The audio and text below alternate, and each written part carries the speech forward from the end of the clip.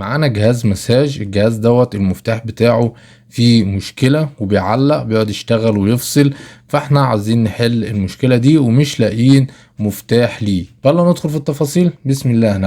هنبدأ الأول بعملية فك الجهاز، وهنا أنا محتاجك تركز معاه كويس جدا، لأن الجهاز دوت لو أنت أول مرة تفكه هيكون رخم معاك شوية.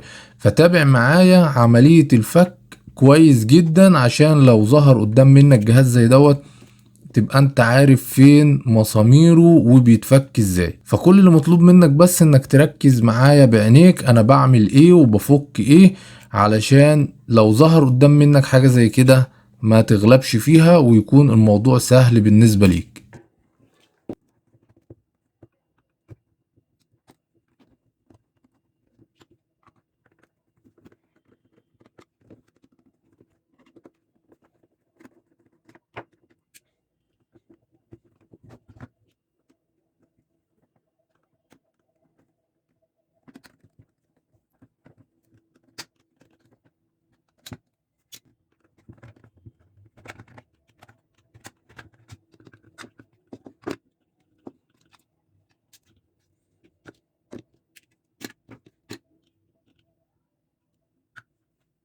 طبعا احنا مشكلتنا في المفتاح، ولكن انا بغير الكابل دلوقتي علشان خاطر بس الغلاف بتاعه بايظ او بيبتدي ان هو يتحطم.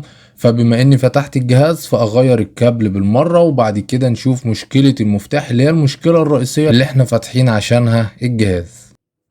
المفتاح عبارة عن 4 أطراف، طرفين للفصل والتشغيل، والطرفين الآخرين متوصل عليهم مقاومة متغيرة 100 كيلو أوم للتحكم في السرعات. دورنا على نفس المفتاح ده ما لقيناهوش، فعندنا حل من الاتنين. الحل الأولاني نجيب مقاومة 100 كيلو أوم وسويتش ونعمل تعديل، والحل التاني نقفل اطراف التشغيل ببعض ونقفل اطراف المقاومة ببعض، وبكده الجهاز هيشتغل على اعلى سرعة بدون تحكم في التشغيل والفصل.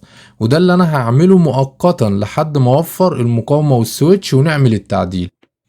انا كده بقفل الاطراف بتاعه التحكم واطراف المقاومه زي ما هو واضح كده، كل طرفين قفلتهم ببعض وقفلتهم تاني على المفتاح. انا مش شرط ان انا الحمهم في المفتاح تاني، ولكن انا بقول ايه، الحمهم كده في المفتاح عشان حتى لو الجهاز ده حد اشتغل فيه بعد مني يبقى عارف ان الطرفين دول بتوع التحكم والطرفين دول بتوع المقاومة، فتبقى الموضوع سهل على اللي هيشتغل بعد مني. فبعد ما نقفل الأطراف بتاعتنا هنجمع الجهاز بنفس الطريقة اللي احنا فكينا بيها الجهاز.